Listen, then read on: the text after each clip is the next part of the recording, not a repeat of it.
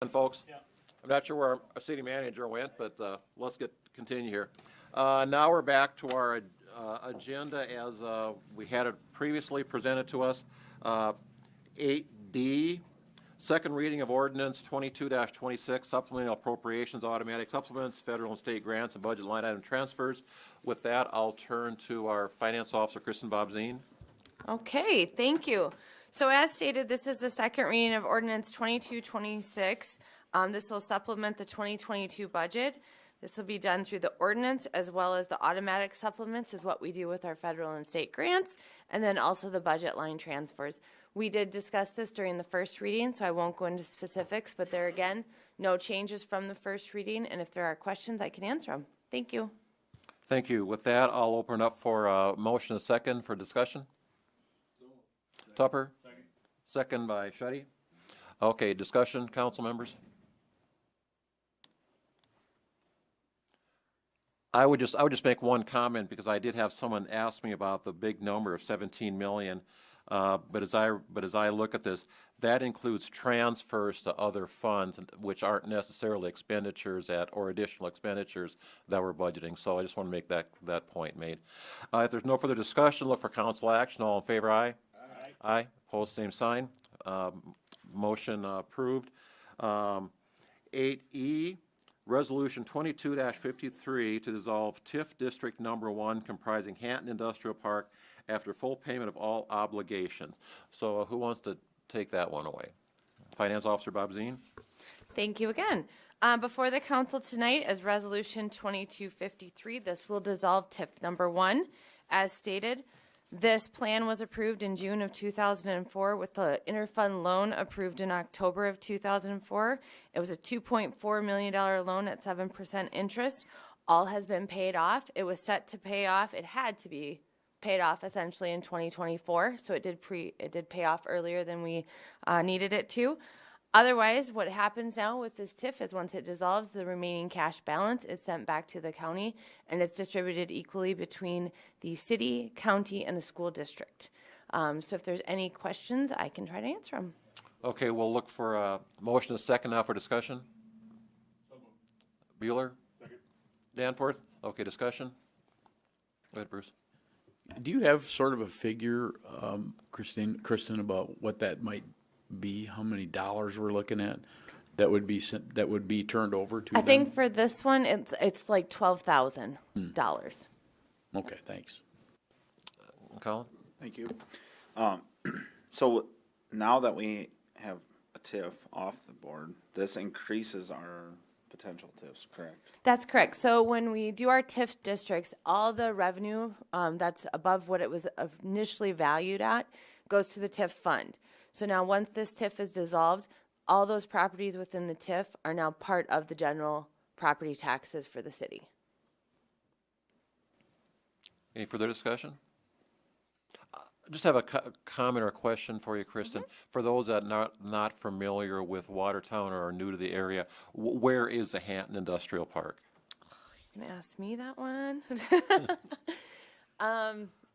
I believe, yeah, I was going to say, that's the one I was thinking. Yep.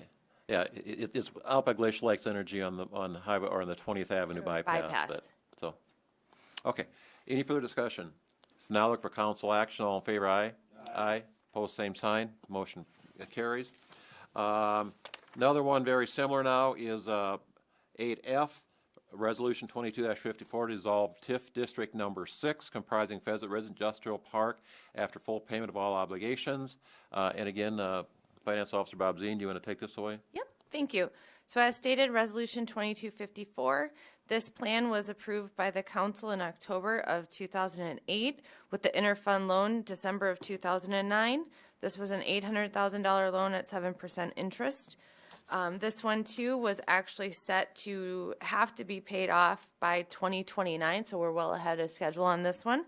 There again, once I get approval for this, the remaining cash balance will be sent back to the county to be distributed evenly.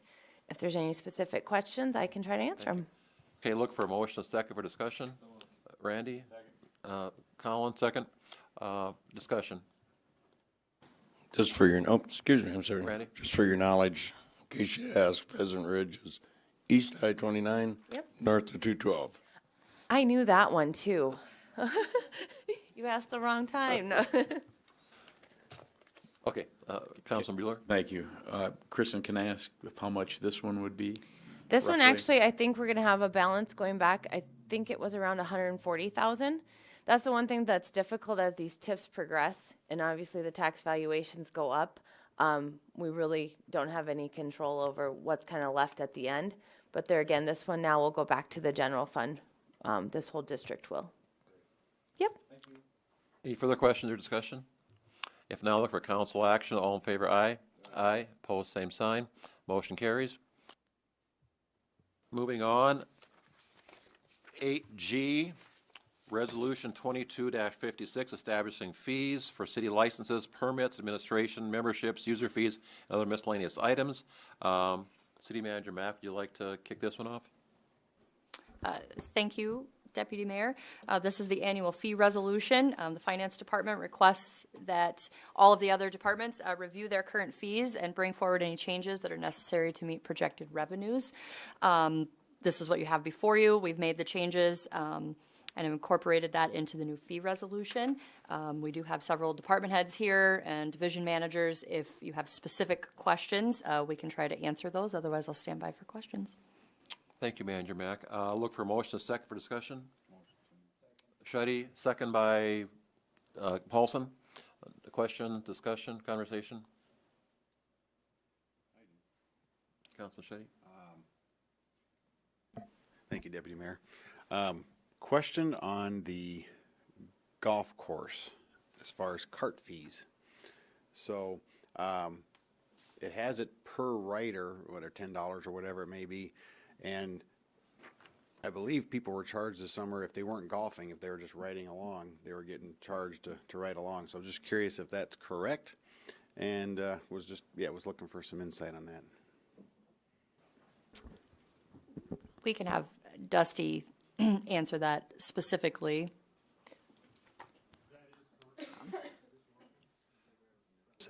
There we go.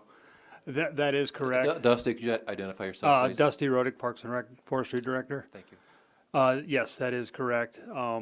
Essentially, the reasoning behind that is every time a cart goes out, there's a certain expense to that. And also, we're limited on the number of carts that we lease.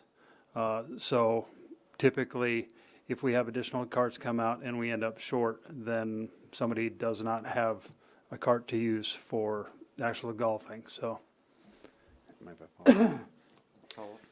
So, yeah, on that, you're saying that would keep, but people might take individual carts and not pair up potentially? Or? correct. Oh, okay. Because I know some cases that they had to, let's say, spouse wanting to come along or something like that, and the spouse doesn't golf, and they got to be charged for riding along. And I just didn't know if that was the best best fee for that. So. That is practice in many courses. Is it? Yes. You also try to prevent people from jumping on a cart and not paying the fees, and they're actually golfing. So for every person that is just riding along, there's probably somebody who's riding along and golfing at the same time. Further conversations or questions? I do have one. I want to point out one thing. It says the airport division fees are for information purposes only, as the board is responsible for establishing appropriate fees. Yes and no. I mean, that still always comes to us as a recommendation from the airport board for approval. So is that necessarily a fair statement that they set their own fees? By ordinance, currently, I think the Park and Rec Board does. Yeah, so I don't know, I think airport is, caught me off guard, I don't know. I think, just hold on a second here if I could, please, sorry. I believe Councilman Vilhauer, Deputy Mayor, that note is applicable to all the above Park and Rec fees, and it happened to drag on to the next page right before the airport fees.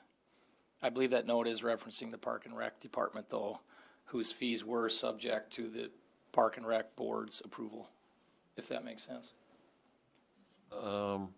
No, now you lost me, Heath. That note that you're reading, I think, is on, I guess the pages aren't numbered here, sorry. It's right before the airport division fees heading, but it's also right after the wellness center, which is part of the park and rec department. I'm looking at the header page where the airport fees are discussed. So I think that note was a run-on from the park and rec department that is above there. I think we're just in error. I think the airport board does make a recommendation to council. Okay. I don't think they're setting their own fees, but we'll verify. But and now, let you relative know. to the park and rec, we're, that they do set their own fees, and we're looking at possibly changing that, correct? Correct. With the ordinance amendments, it'll be on the next agenda. That will formally change, but because we don't have a quorum on the board currently, they can't approve anything, so we brought them directly to you. Okay. Apologize for muddying the waters there, but I want to clarify that. Council Paulson? I kind of have the same question, because I know we had this same discussion last year, and I think that's why we're all kind of confused right now, but, because I know last year the fees for like the aquatic, or our aquatic center and our wellness center got brought into discussion, and it was set by the board, the Parks and Rec board, not us. So now we are officially changing that, is that correct? Officially with approval of the ordinance amendments, yes. But because there is not a quorum within the Park and Rec board, we're bringing them directly to you for approval this time. Okay. So when we do fees for 2024, so next year, when, at this time, it will be a recommendation from the park board. Because my question was based, because last year I know that there was a question asked if there was an increase in prices, and there was asked for justification behind those increases. I don't know if that's, but I don't want to get too much into the weeds. I was just. Well, trying to are you asking about a specific fee? Not- Because no. Dusty can certainly speak to those. He worked with his staff pretty heavily on those. But process-wise, the process is a little wonky right now because we're in between an existing board and a potential new board. And we had to get fees set for 2023. So we're seeing another increase at our wellness center, is what you're saying? Sure. I'm trying to find it here on the spreadsheet in the illustration. And Dusty can speak directly to that. Oh, I left the mic on. The general yearly memberships did not really increase. It was the monthly fees that have increased because currently we're in a situation where it's more, let's say it's less expensive to pay monthly than it is to get an annual membership. We are trying to get it to the point so you encourage your participants to get an annual membership. That's typically less expensive than in doing it monthly. So the annual membership has stayed the same. The monthly fees have increased slightly. Just trying to, we weren't planning on doing it all at once. We're just going to do that incrementally until we get those at least evened out. Councilman Danforth? I'd just like to make a comment. For years and years and years, one of the things, and this is in regards to all of our fees or charges, we kind of have a history of, on a lot of these, of not, we look at them today and then we don't look at them for another 2 or 3 years, and then we come back and we have a higher percentage of increase. Business doesn't work that way. You look at what your costs and projections are on an annual basis and you implement charges accordingly, and that is hopefully where we're going, because people can accept a couple percent increase and look at it the next year and a couple percent. That's easier than having a steady price and then getting a 10 or 15% increase 3 years from now or 4 years from now. So I hope our process now in setting these fees is to look at costs, look at revenue needs, every year and introduce appropriate increases if needed, so. To that point, Councilman Danforth, you saw last year we brought some pretty significant changes to the planning associated fees because of that. And so that is the goal, is to look every year and do minimal, cost of living adjustments across the board rather than large jumps. As Dusty's still relatively new in the position, we may see some additional changes next year within Park and Rec as we look at different divisions within that department. But that is the goal, is to be consistent. Being the lowest sometimes doesn't mean you're meeting your needs either. So we certainly don't want to be the highest, but we want to make sure that we're providing good services at the same time. Finance Officer Balzine, do you have a comment? The only thing that I would like to add as far as the fee resolutions go, really the hope that we're getting to now that we're approving our budget too in November is that we've had that opportunity to really look at the budget also, because a lot of these fees should be what we budgeted for the revenues from that year. So some of this, hopefully, as we kind of start to get a new frame of budgeting and fee approval, it flows more easily. We've done our budget approval in November, and the fees are kind of already been discussed throughout the budget process. So, and I will say that our city attorney, Lisa, she did confirm that it is a recommendation of the airport, so I will be removing that language from the resolution. So just so everyone's aware, that language will go away. So, it's from Thank the you. council. Thank you. Any further discussion? If not, look for council action. All in favor of the new fee resolution, say aye. Aye. Aye. Opposed, same sign. Motion carried. Moving on, we are down to L at this point. Concerning liability insurance at the airport. So who wants to take that one away? I can take it. This Okay. is our just annual aviation general liability policy. As in the past, we are not taking the terrorism risk insurance, and there is a new form of coverage called the war liability that we are also not recommending that we take. So the recommended action is to approve the quote from Old Republic Aerospace and issue a special check in the amount of $5,582. Thank you, Manager Mack. Motion is second for discussion. Oh, Tupper motion, Bueller second. Okay, discussion. Randy? What was, where's this land compared to where it was last year? It's a $372 increase, and this year we only did have one quote. I've got a question about that. Is this kind of a specialized insurance that only one quote? It seemed like we've only had one quote in the past, too, as I recall. We do. Last year, we actually did have two carriers that did quote it, but we continued to stick with the Old Republic, who we've had. They seem to be the ones who have had our liability for quite some time now. So it's a pretty specific coverage. So usually when we put it out, we don't get too many quotes. Okay, thank you. Any further discussion? Councilman Danforth? This is kind of both to probably Kristen and to Lisa here, but how much does the terrorism designation, what does that add? Terrorism risk insurance, to add that, what are we, what's the cost on that? So each one of those quotes is on the very last page, Councilman Danforth, and it does spell out if we would do those. So we're going to go with the $5,582. With both the terrorism and war, it's $6,698. So.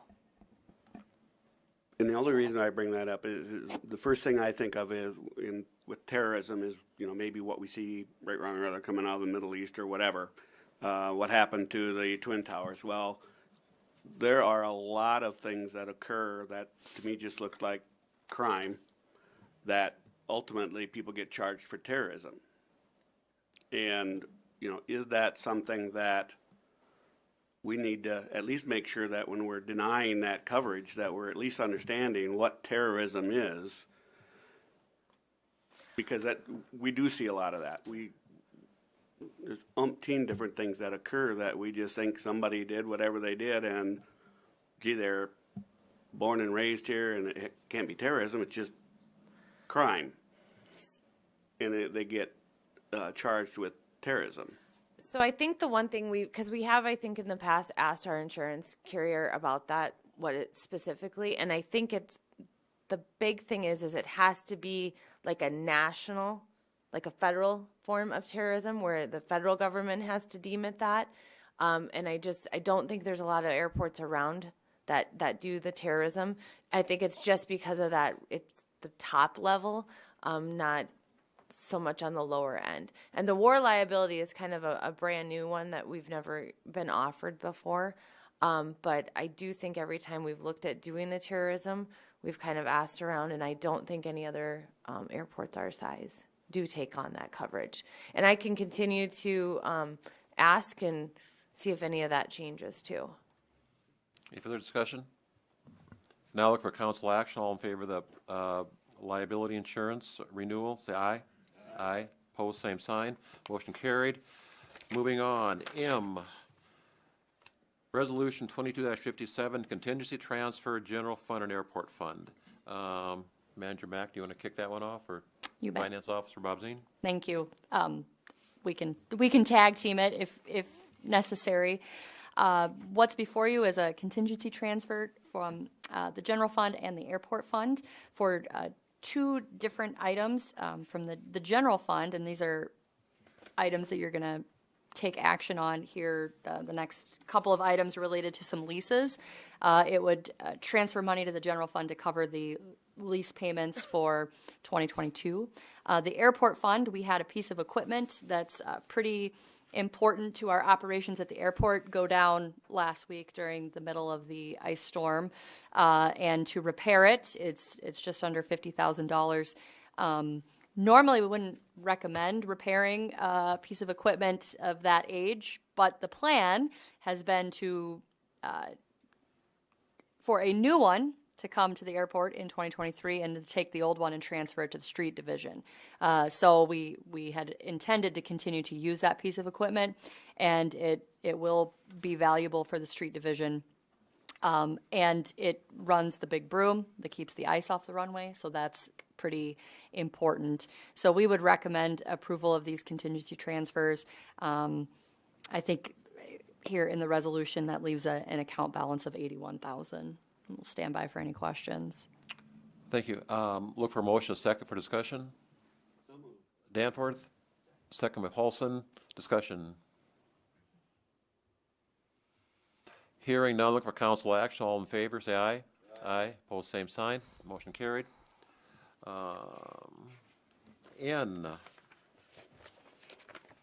has to do with lease and purchase of a wheel loader. Who would turn this over to Public Works Director Von Eye? Yes. Thank you, Mr. Chairman. This is the approval of the purchase and the lease financing for a new CAT 930M wheel loader. The purchase would be carried out via Sourcewell bid, so it is considered a competitive bid process in order for the procurement of the piece of equipment. The financing of this piece of equipment is a little bit unique in the sense we haven't done any kind of a lease option in the city for a little while. I believe Kristen had some history with one of our fire trucks back in 2008 or 9. Was that right, Kristen? 7. And this is something similar to that, where we're working with Tax Exempt Leasing Corporation for a 7-year lease term. Those annual payments would be just over $51,000 per year for those 7 years, which totals a total cost of $357,066.57. With all that math being said, this is an option that the street superintendent Rob Bain and I have been talking about with the city manager and the finance officer for quite some time now. This lease option helps free up cash on hand available for other capital projects or other capital needs, but also helps get the new equipment in the hands of the operators that need it out in the field and on the streets. We wouldn't always propose an option like this, because in the long run it does cost the city money for that lease option. We are paying just over 5% interest rate on that lease payment. The buyout up front today, if we were to go purchase that machine, would be just over $309,000. And you'll see the total payout at the end of 7 years is $357,000. So you're just shy of 50 grand in expenses there for that. We as staff feel that that's a fair and appropriate amount to pay for the benefit that we're receiving by not having to fork out over $300,000 up front, just given the high amount of other capital needs that we have throughout the city right now. So this isn't necessarily a long-term option or solution that we necessarily always bring forward for new equipment from here forward, but is definitely one that we thought was worth exercising right now today, given all the capital needs that we have throughout the city. With that, Rob Bain, Street Superintendent, is here today. Of course, Kristen and her knowledge in the finance and auditing side of this, and then Manager Mack. We've all worked closely together on this. We'll stand by for questions. Look for a motion, a second, to bring this forward for discussion. Paulson, second by Bueller. Bruce, you had a question? Yes, thank you, Glenn. It's not a question, I think it's a comment. Just to clarify, and I'm pretty sure it's true, that the maintenance would be the responsibility of the leaseor, correct? So, we're paying another $50,000 for this, but they would be in charge of I would imagine, warranty maintenance, but if that's not true, I don't think so. I'd like to know. Mr. Banning, could you please speak to that? This the cat loader will come with a bumper-to-bumper warranty of 5 years, if I'm correct. We have our Toberair with our Butler cat out of Watertown. But yeah, 5-year bumper-to-bumper. Any standard maintenance like oil changes and stuff like that we do. Councilman Tupper? I see on that also, Rob, it's 5-year or 5,000 hours. So what do you normally use it a year? How many hours? I know that varies, but. Yeah, I'd have to look that up, what our average is, but not even close to that. Okay, thank you. Council Paulson? Thank you. I'm not necessarily in favor of leasing long-term, but I do know that our street department is been wanting new equipment for a few years, and it keeps getting pushed back because of the thought process of street department facility. And at this time, I agree with your thought process of bringing this forward. So, Councilor Shetty? Yes, just doing the math, $7,000 a year over, it's a 7-year period, is that correct? The Correct. lease? Yeah, so, at first I was like, well, why aren't we just purchasing this? But thinking the financial, where we're at currently, and that helps over a 7-year period. I mean, we're paying $50,000, I get, or $48,000, but per year, you break it out, it's gonna help us in our financial status for other projects and other things that we work through in the next 5 to 7 years. So I guess I do see the wisdom in that, and of course seeing the city be able to have the right equipment for what we do. I always like to see that too. So, thank you.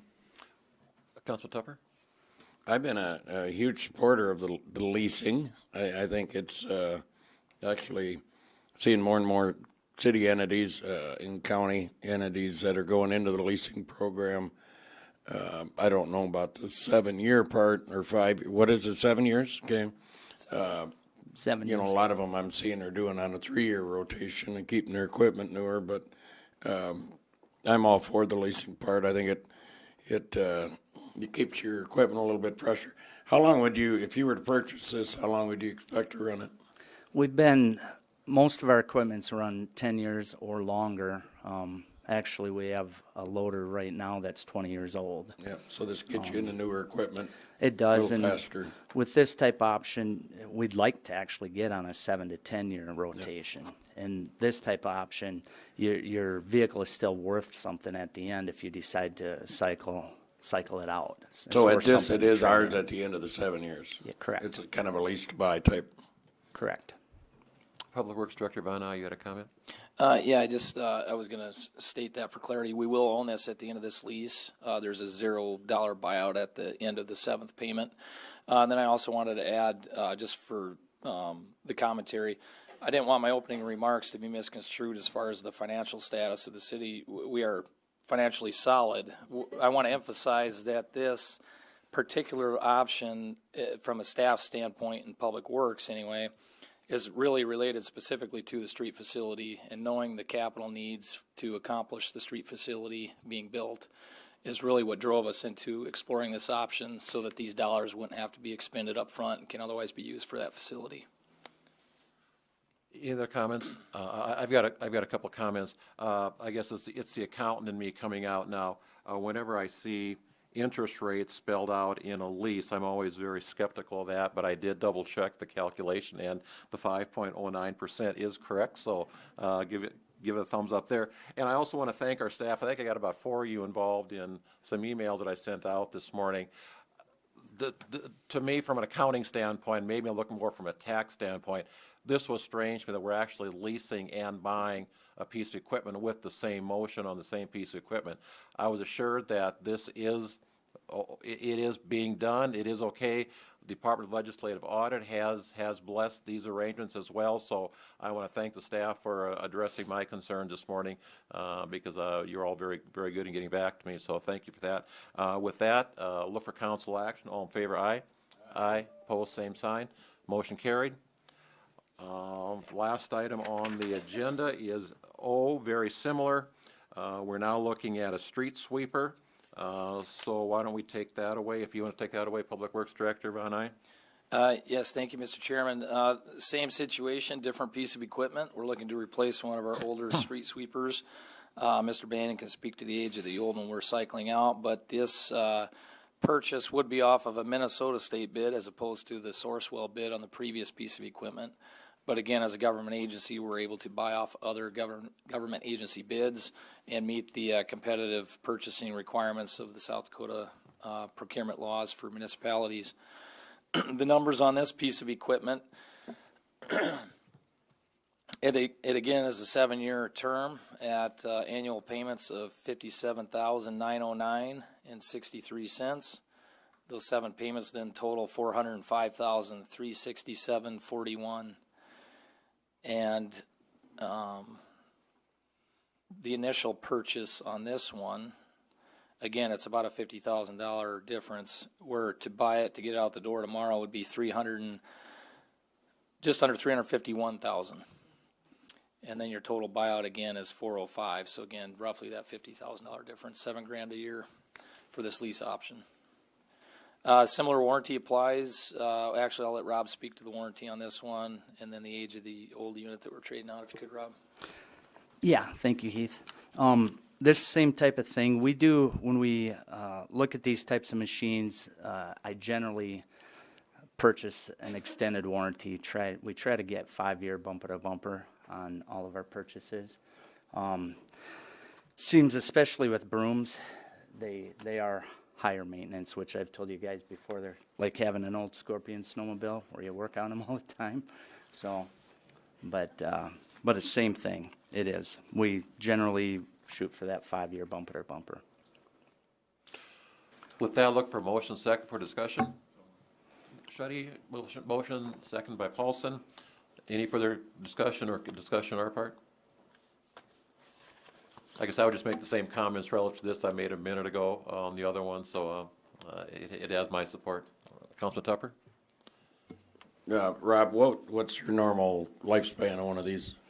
We actually had one that was out of the ordinary. We back in 2018, you guys approved us to get a new broom bear, and we were getting rid of an 03 broom bear with 72,000 miles sweeping in town, and it had 13,000 hours. But generally, you're looking at 6,000 to 7,000 hours. They're pretty wore out. That one, the city stuck way too much into it, in my mind. That was. Well, that's the thing I like about this is I think you'll see at the end of 7 years, you're going to see a lot less maintenance dollars spent on a lot of this stuff. So. Right, and you'll see on the two machines that we're looking at trading in, one is an '06 Schwartz, which is our backup. And right now, we haven't been using it. It's just been our backup, but the repairs we've had to do on our other brooms, it just wasn't, I couldn't justify sticking so much money into our backup to keep it going. So that's why we want to trade that off. It's 17 years old, our backup is, and then our other one is 10 years old. So trading two in for one, and then we'll just be down to 3 brooms all the time. Any further discussion? If not, look for council action. All in favor of the motion, say aye. Aye. Opposed, same sign. Motion carried. That takes us through our agenda. Open up for old business. New business. Merry Christmas. Liaison member reports. Actually, I do, and as long as our airport manager is still here, I sat in the airport board meeting last week. Today was a rather important day for our airport. I'll turn over to our airport manager, Rob Cyrus, if you want to explain what took place today. Today was the due date for the EAS bids. We're due up for a new contract that comes up in, I think, June or July when we'll get either Denver Aerostay, or we'll see what we get for bid passes to the DOT. We should get an email hopefully tomorrow. Amanda and the mayor should get an email on who bid. Okay, sounds good. And also, just a few comments, and Rob, if you want to stand by, if I get things wrong here, just a few numbers relative to boardings out there. Through November, we've boarded or enplaned 13,622 passengers. A little bit concerning from the best comparable period that the airport board looked at last week was from July through November of 2019. Versus 2022, and because that gets us before and after the COVID and the two carriers, and back down to one, we're down about 15%. And what's probably really concerning, a little more so than that even, is that we're only catching about 16% of passengers in our catchment area. But the airport board, so rather than taking the negative out of that, I think the airport board looks at that as being definitely a great opportunity for us to improve our bordership out here compared to where we've tailed off a little bit in recent months. So with that, Rob, I'll have, if you want to make any comments to what I just said, or City Manager Mack. The tail off is basically gas prices and ticket prices are quite a bit more than they were back in 2019. We're still trying to get gas prices down to catch up. And then trying to think of what we other asked. Employments, we're hoping to get 15,000 this year. Be a little bit low. Last week didn't help. If we would have had our sweeper, we wouldn't have lost any employments, I'm just saying. But it was kind of down and out. Yeah. I think there's really a battle out there with pilot shortage and what that's doing to available pilots and the salaries that they're demanding, and that all trickles down to us here in Watertown as well. So it's more than just one location or one city. It's an ongoing problem within the industry that we're battling right now. But we think the airport board looks at it as being a great opportunity for us to pick up from where we are. We've had great service with Denver Air. Ridership is still strong, but definitely look at improving going forward. Councilman Tupper, do you have a comment to that? Well, I guess you kind of covered my question. Is the reliability of Denver Air has been very, very good. Very good, yes. We can't help the weather part, which, were you down 3 days, 4 days? We were down Tuesday down for sure, and Wednesday we missed the morning flight. Then everybody got all cleared by Wednesday afternoon. Yep. Thank you, Rob. And just saying right now, there's a BOGO sale if you guys want to fly. Buy one, get one for prices. It's a Facebook sale. Fly in January to February. Sounds good. Thanks, Rob. Any other liaison member reports? I don't believe announcements. Manager Mack, do you have anything you want to comment on? Sure. After Thank last you. week? Sure. So last week we had our first real snow of the year. It's early in the season, so we're getting the kinks worked out. But I did send all of you in the update that went out on Friday just some information on how snow operations worked, but also the snow ordinance as it is written poses some real challenges to our operations and how we can move vehicles off the street so we can get them cleared in a timely manner. So we'll be bringing to you all in January for consideration some changes to that ordinance that gives us some flexibility to be able to call a snow event. So for example, on Tuesday, when we got all the ice, we didn't get 2 inches of snow. So we couldn't call a snow event and ticket and tow, which makes it really hard to move the ice and move the snow. And when you have an event that lasts multiple days and you get an inch one day and a half inch the next, and it just doesn't help operations. And I think we, through discussion, the ordinance was written back in the 70s when the city was largely a box and very gridded, so it was easy to do avenues and streets, and that's not what our community looks like now. And so hindsight being what it is, we should have talked about this stuff a little earlier, but here we are, so let's see what we can do to improve our operations. But I do want to give a very special thank you to Heath and his crew, Rob at the street division, and all of the crew down there worked around the clock for 4 days. Tim and the PD, they were out helping as well. Don with the fire department. It takes an entire team to run operations like that.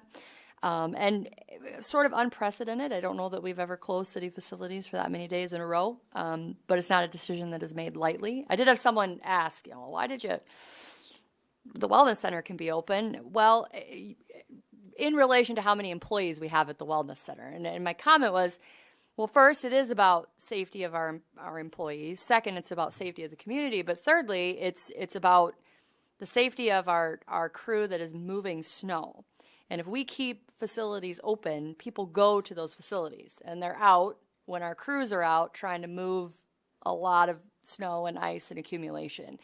And so we make those decisions to try and keep everyone safe, but also to try and expedite those operations, because we want to get the snow moved and we want to get those guys home as soon as we can. So hopefully we don't have any more 4-day or week-long storms. We'll have more snow for certain as the winter progresses, but everyone did a really great job. We appreciate the community's patience as well. Thank you, Manager Mack. Council Paulson? Thank you. I just kind of want to piggyback off that a little bit. I heard really great things about our street department throughout this storm event, that just the comments and the hours they were working and how hard they were working, and to deal with the ice and the snow, and how well the roads were being cleared off and sanded and salted, and but then it goes without saying, obviously I want to give credit to our fire department and our police department as well, and Robson over here from the airport, dealing with what you guys went through, and obviously our Parks and Rec department, all of the crews out there dealing with this. You keep the public safe, and we appreciate all of you. So thank you.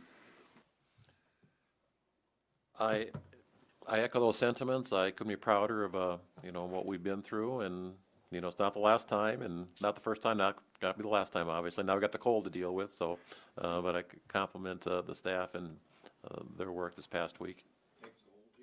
Yep. I don't believe we have a need for executives. Oh, one other announcement. It was referenced several times tonight, but our next meeting is Tuesday, January 3rd, because Monday is a holiday for the city. Don't believe we have a need for executive session. So with that, look for a motion and a second to adjourn. Bueller, Tupper, all in favor, aye? Aye. Opposed, same sign. We are adjourned. Merry Christmas, Watertown, and stay warm.